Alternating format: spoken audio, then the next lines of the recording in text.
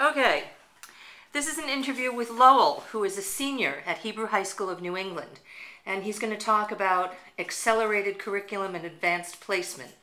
How many honors classes and advanced placement classes have you taken? Well, I took two AP classes, my AP English class, my AP US History class, and I took two honors. So all the classes that I was allowed to be in the highest level for, I took them.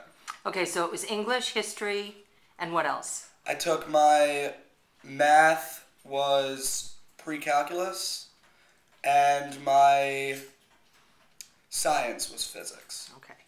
And what are you doing next year after you graduate? I don't leave for a month up until like October, but I'm going to Israel on a gap year program that is a little different than the program that a lot of my peers are going on, they're going on more of Judaic learning programs. I'm going on something similar to the school that I'm at right now. So I have Judaics in the mornings and then my secular studies in the afternoons. And I'm going to be getting credit for this year, and I really feel that it would be good for me. So. Do you think that the fact that you had the advanced placement and the honors classes helped you get acceptance in the program?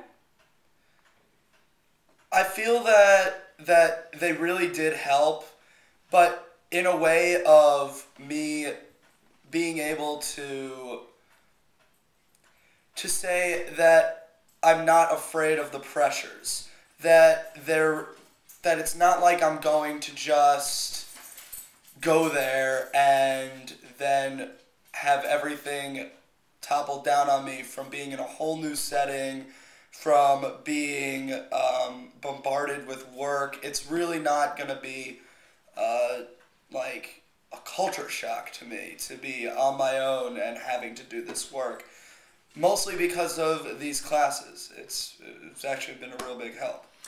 Now, in terms of what actually happens in the advanced placement and the honors classes, it's a pretty competitive high school that you're in. Everybody, you have to take a test to get a place at HH&E, and so it's a pretty academically rigorous program, wouldn't you say?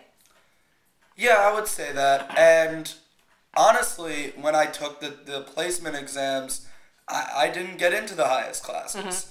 I started out in academics, mostly everything except my math. My math skills were way above average for the school, but everything else I was in all academic.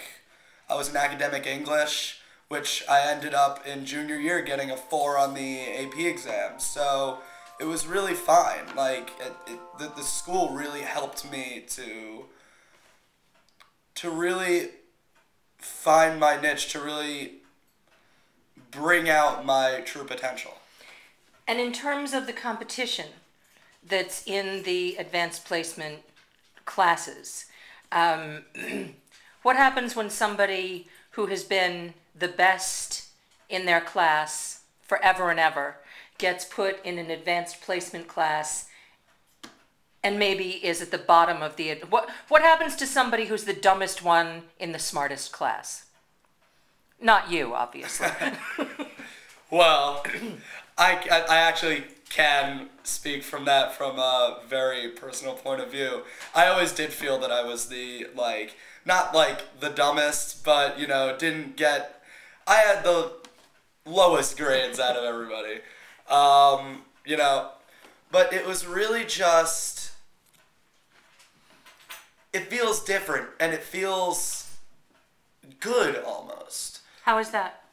It's, being used to thinking, oh, I really don't like hearing this person talk. Oh, God, this person's saying something that really doesn't make any sense. Why are they still talking? It just, all, conceptually, I've always been more advanced than others in my classes. And I feel that when I had the AP classes, it was just this idea that everybody in the class just made me more interested in learning that year. I just, it just took much better to me. How do you feel that it maybe carried over into your life outside of school, into your ability maybe to investigate different topics and to study other subjects? Do you think that there has been a carryover? Oh yes, definitely. I feel that my AP U.S. history class, for example, when I took that, I really didn't know too much about U.S. history, and I really didn't like. I listened to the news. I listened to reports. I understood some of it, but I didn't really listen to it. Like, it didn't register in my head. But ever since I took that class, I've had a much bigger interest in my surroundings, and I feel that when I get into the world, when I graduate, after I come back from Israel, when I'm in college in America, I feel that I'm going to be able to really appreciate what I have, be able to make conscious decisions about healthcare, about what political parties I want to join, about all these different things that go with being an American citizen. And now for extra credit, what's the name of the United States Secretary of State? Secretary of State is Hillary Clinton, I think.